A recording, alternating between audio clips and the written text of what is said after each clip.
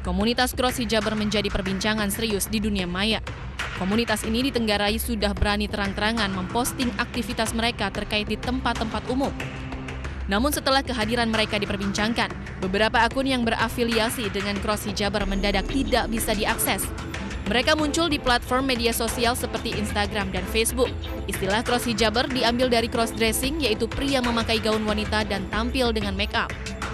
Keberadaan mereka membuat kaum wanita resah, karena banyak yang khawatir mereka bisa saja masuk ke toilet wanita dan bertindak macam-macam.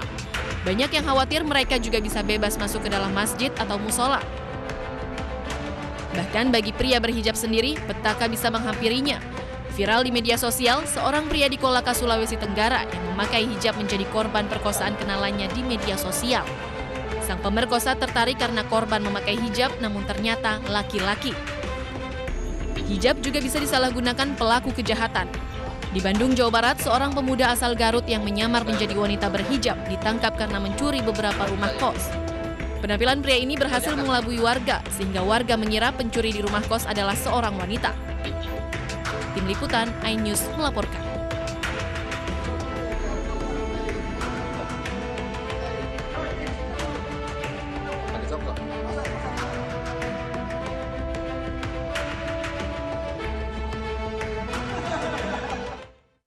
Pemirsa, apa sebenarnya motif para cross hijabers ini berani unjuk gigi di masyarakat? Apa pandangan Majelis Ulama Indonesia terhadap komunitas tersebut? Kami akan membahasnya bersama Sekretaris Komisi Fatwa Asrorun Niam Soleh dan Psikolog Tika Bisono. Selamat sore Mas Asrorun, selamat sore Mbak Tika.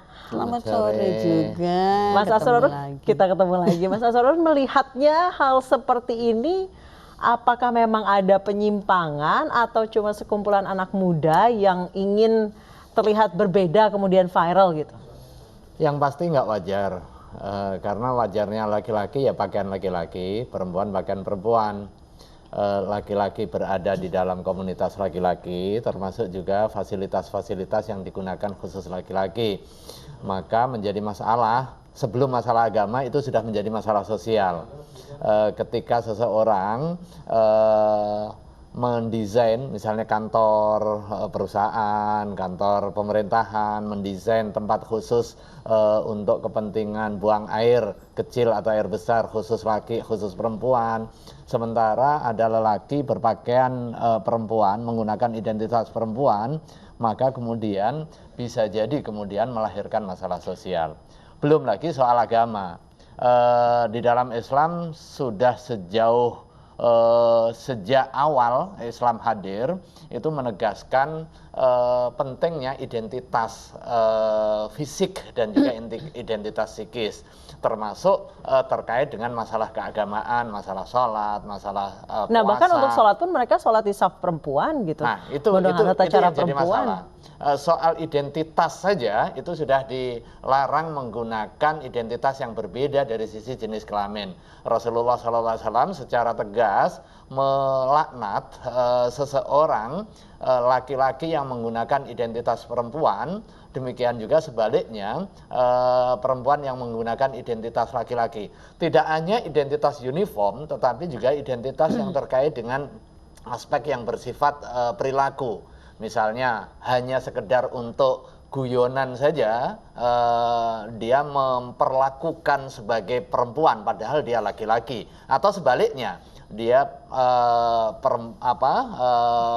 perempuan tetapi berperilaku seperti laki-laki, itu pun terlarang. Karenanya saya sepakat juga pada saat Komisi Penyiaran Indonesia memberikan aturan yang tegas di dalam P3 SPS-nya ketika ada media penyiaran yang menyiarkan kegiatan laki-laki yang berpenampilan seolah-olah sebagai perempuan, sekalipun itu hanya guyonan. Karena itu akan melahirkan persepsi publik terkait dengan permisivitas hal-hal yang seperti itu. Ditambah tentu itu juga mendowngrade sisi-sisi kemanusiaan yang dijunjung tinggi oleh masyarakat kita yang bermartabat. Baik, saya ke Mbak Tika. Mbak Tika melihat hal ini seperti apa? Apakah memang mereka ini punya kecenderungan untuk lebih nyaman berpakaian perempuan, atau tadi itu hanya kepingin viral aja?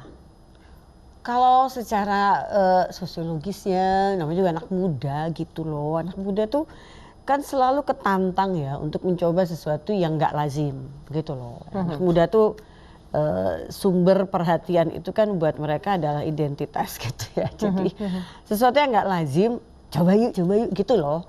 Jadi kalau buat saya sih attention seeking aja ya kan, dan mencoba sesuatu yang nggak lazim gitu. Nah kebetulan di Indonesia ini kan masalah baju ya, baju Islam ya, hijab itu kan bahkan sampai yang ketutup pun dibolehin, ya kan? Di beberapa negara udah dilarang gitu ya, karena si baju ini karena serba tertutup itu menutupi identitas yang bersangkutan gitu. Dan kalau di Indonesia baik-baik saja bahkan dibolehin gitu ya. Saya juga punya sih teman-teman yang pakai cadar gitu ya. Pas datang juga, ini lo yang siapa nih? Gue nggak tahu nih mata lo gitu ya. Gue gitu ya, nah itu buat banyak orang kan bisa jadi alat yang lain gitu, kayak kasus Cross Hijabers yang baru nongol ini.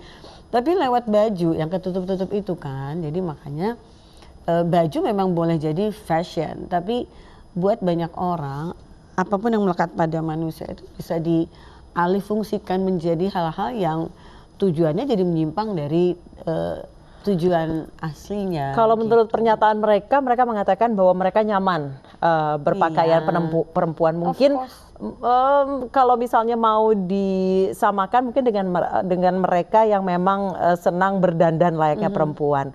Namun mungkin dengan berkerudung mereka menyangka itu menjadi hal yang tidak apa-apa gitu.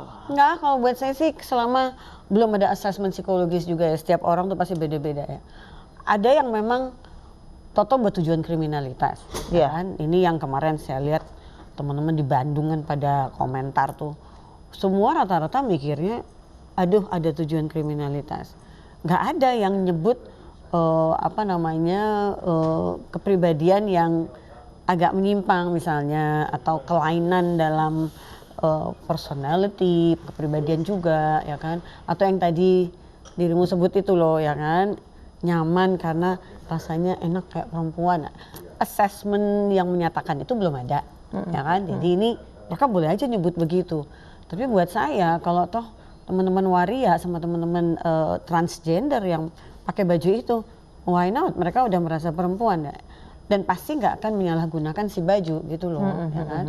Jadi ini memang orang mau menyalahgunakan si baju untuk kepentingan mereka.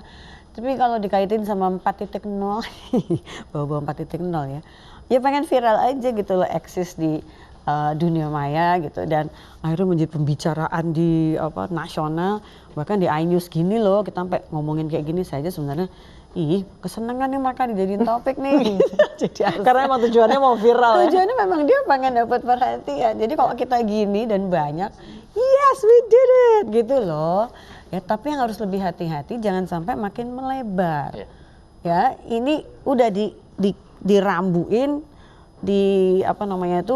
dijagain jangan sampai kemana-mana, langsung diproses gitu ya, dan matiin udah gitu loh.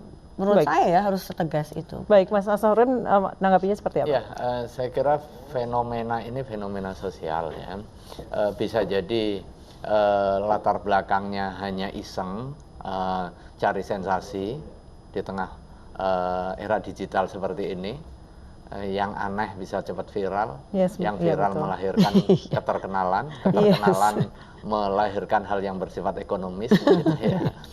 Tetapi tentu kita harus mengedukasi masyarakat bahwa era digital ini sekalipun kita bisa berbuat apa saja, tetapi ada rambu-rambu, Belum lagi kalau nanti misalnya ada penelitian ternyata di situ ada persoalan kemenyimpangan seksual atau motivasi yang memang karena persoalan kemenyimpangan, tentu butuh treatment khusus gitu ya. Saya kira ini poin penting ya. Soal Cross Hijabers ini bagian dari anomali, bagian dari masalah sosial sebenarnya. Salah satunya juga cross dressing. Tidak hanya cross hijabers ya, cross dressing ini juga masalah sosial. Tentu kita harus melihatnya secara utuh. akar masalahnya, dengan akar masalah kita temukan, kemudian ada solusi. Tetapi hal yang paling penting, kita tidak membuka ruang permisivitas terhadap situasi persoalan penyimpangan sosial ini. Mas Asrorun, kalau misalnya saya lihat dari pernyataan-pernyataan mereka, mereka mengatakan lebih nyaman berpakaian sebagai perempuan. Namun mungkin mereka ada yang beranggapan ya memang berpakaian seperti perempuan itu dilarang oleh agama. Mungkin mereka pikir dengan mereka mengenakan pakaian perempuan sesuai dengan syariah meskipun mereka laki-laki itu akan mengurangi dosa mereka gitu. Intinya kan di samping persoalan kenyamanan ada persoalan kepatutan. Kepatutan itu tidak hanya personal, tetapi kepatutan itu tata nilai yang dibentuk oleh masyarakat. Sekalipun saya nyaman, tapi kalau nggak patut, tentu nggak pas. Sekalipun ya saya tidak menabrak aturan agama misalnya ya. Kalau di dalam satu komunitas pesantren misalnya yang biasanya pakai sarung, kemudian saya tiba-tiba di situ sholat pakai jeans, kemudian pakai kaos singlet, tentu tidak patut. Sekalipun bisa jadi saya nyaman. Nah, kepatutan itu atas dasar apa? Atas dasar nilai yang hidup di tengah masyarakat. Bisa jadi di dalam satu komunitas dia dikategorikan patut, di komunitas yang lain tidak patut. Saya kira ini perlu kearifan. Itulah yang perlu kita dorong local wisdom, tetapi ada nilai-nilai yang bersifat universal yang itu harus kita sepakati sebagai sebuah nilai yang hidup di tengah masyarakat. Termasuk pembentuknya adalah norma agama. Norma agama sudah mengatur tidak dibolehkan seseorang dengan identitas laki-laki kemudian dia melakukan dan juga mengejawantahkan aktivitas yang berbeda dengan identitas intinya. Saya laki-laki kemudian sekalipun tidak harus pakai hijab full, saya pakai rok, sekalipun tetap menutup aurat, tetapi tidak patut. Gitu, kalau pakai itu pasti manis. Nah, dalam satu komunitas sekarang kayak Mbak Tika pakai celana, di dalam komunitas masyarakat nggak apa-apa, wong nilainya itu diterima. Tapi celananya cantik loh. Nah iya, yang seperti ini kan tambah anggun.